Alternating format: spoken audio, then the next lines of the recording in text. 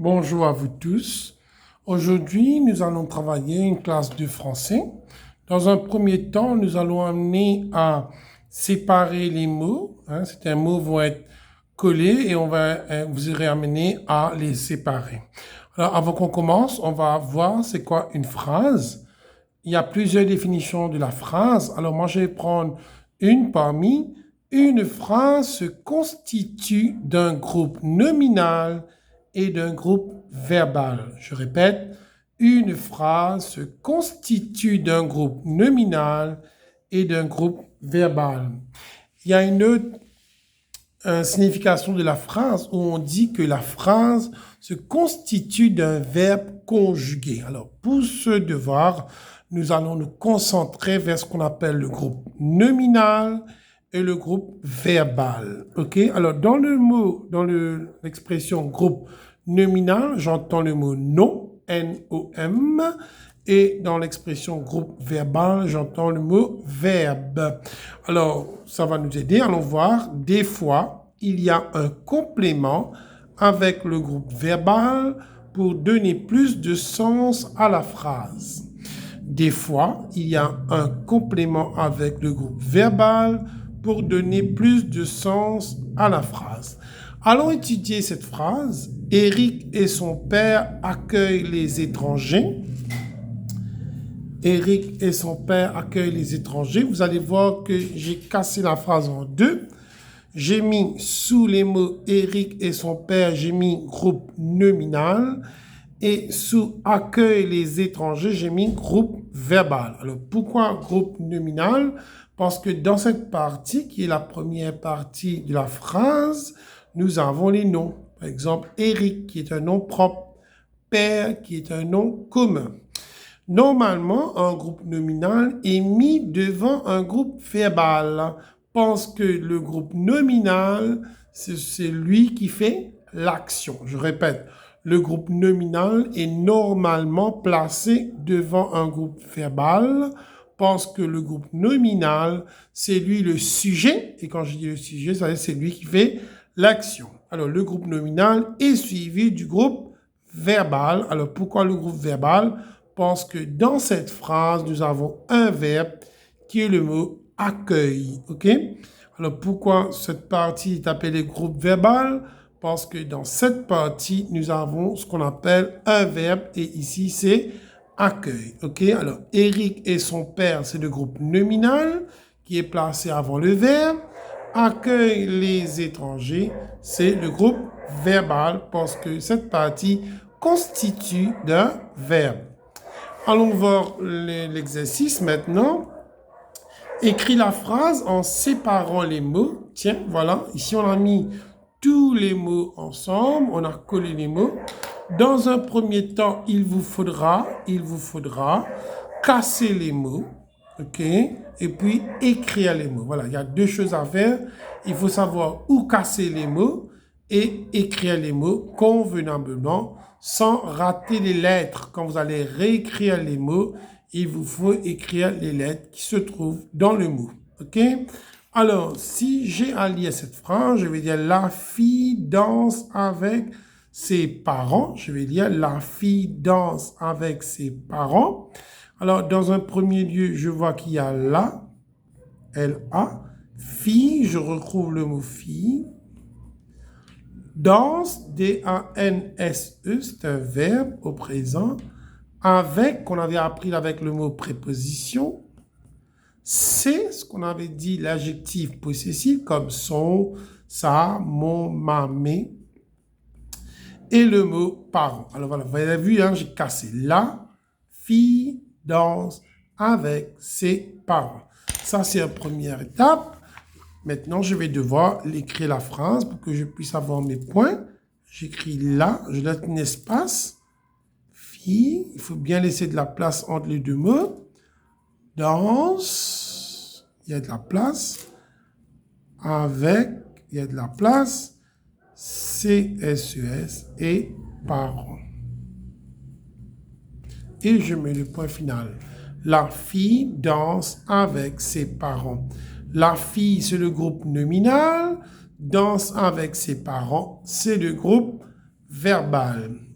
On va lire la deuxième phrase où il faut séparer les mots. Sarah allume une bougie. Sarah allume une bougie. Je vois que Sarah est un nom. Allume est un verbe au présent de l'indicatif. Pardon. Une qui est un déterminant, tout comme un. Et le dernier mot, c'est bougie. Alors voilà, maintenant j'ai cassé les mots. Maintenant, il va falloir que j'écris le mot. J'écris Sarah. N'oubliez pas de laisser un espace entre, bien large. Allume une bougie. Voilà.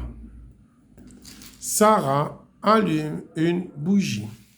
C'est bon, on continue. Il vient souvent en retard. Il vient souvent en retard. Je vois qu'il y a le pronom il. Vient est un verbe, le verbe venir en présent. Souvent est un adverbe. En retard, en c'est une préposition. Et le dernier mot c'est retard. Maintenant je vais écrire il, elle, l'espace vient.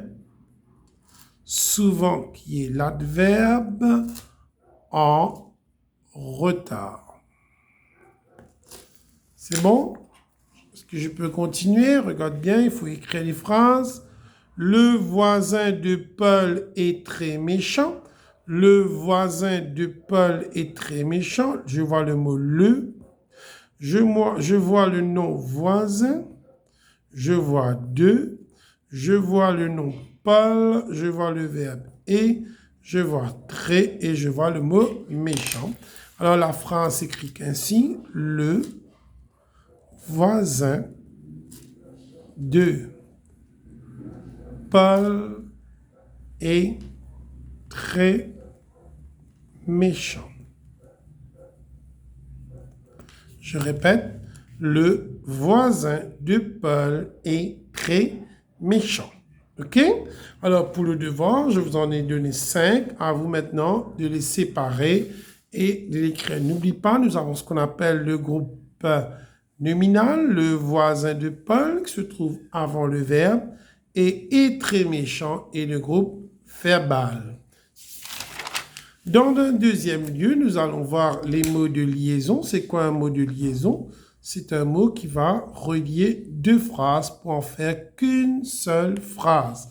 Alors, le mot de liaison, c'est un mot qui va relier deux phrases pour en faire qu'une seule phrase. Aujourd'hui, nous allons étudier 3 mots. Les mots sont après avoir, parce que et mais. Je répète, après avoir, parce que et mais. Allons voir quand on utilise l'expression après avoir. Après l'expression après avoir, le verbe qui vient tout juste après est écrit au participe passé. Je répète, après l'expression après avoir, le verbe qui vient tout juste après est écrit au participe passé. Quelques exemples des verbes au participe passé. Danser. Vous savez que le verbe à l'infinitif s'écrit D-A-N-S-E-R. À l'infinitif, le verbe s'écrit D-A-N-S-E-R. Et le participe passé, on enlève le E-R, on met E accent aigu. Ça s'écrit D-A-N-S-E accent aigu qui veut faire danser. Pour le verbe finir, qui est à l'infinitif, F-I-N-I-R, le participe passé devient fini, tout comme le verbe choisir qui devient choisi. Le verbe savoir, alors le verbe savoir qui va se transformer en su, comme pour participe passé, savoir devient su.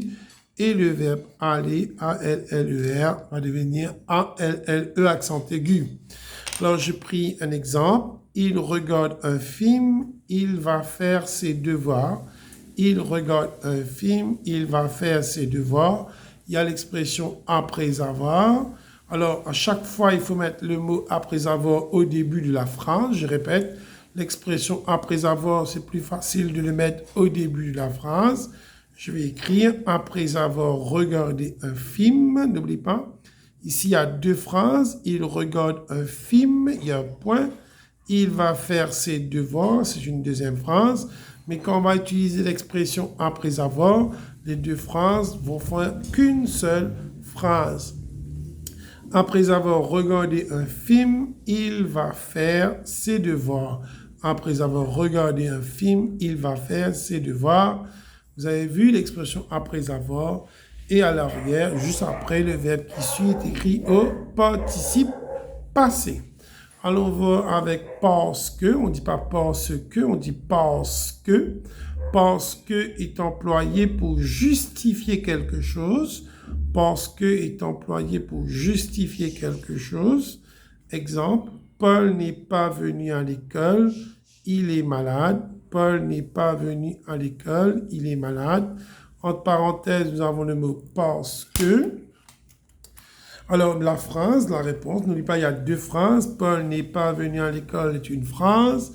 Il est malade, c'est la deuxième phrase. Quand je vais employer l'expression parce que, là, les deux phrases vont devenir qu'une seule phrase. Paul n'est pas venu à l'école parce qu'il, regarde bien, on ne dit pas parce qu'il, on dit parce qu'il est malade. Parce que l'expression parce que se termine avec un E qui est une voyelle. Ici, le mot commence par une voyelle il. On ne peut pas juxtaposer les deux voyelles ensemble.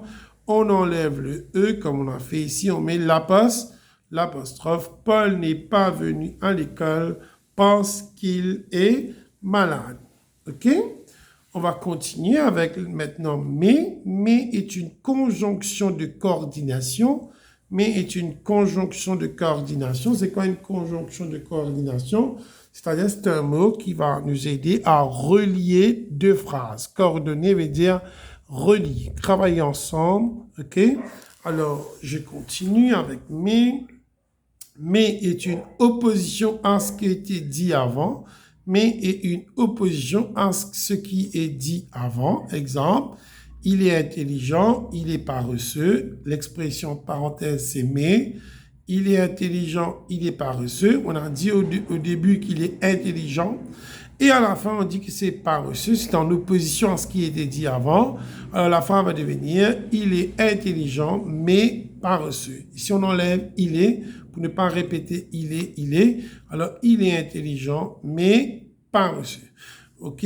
Alors maintenant, voici le devoir. À vous de compléter. Il y a 6 phrases et allez travailler.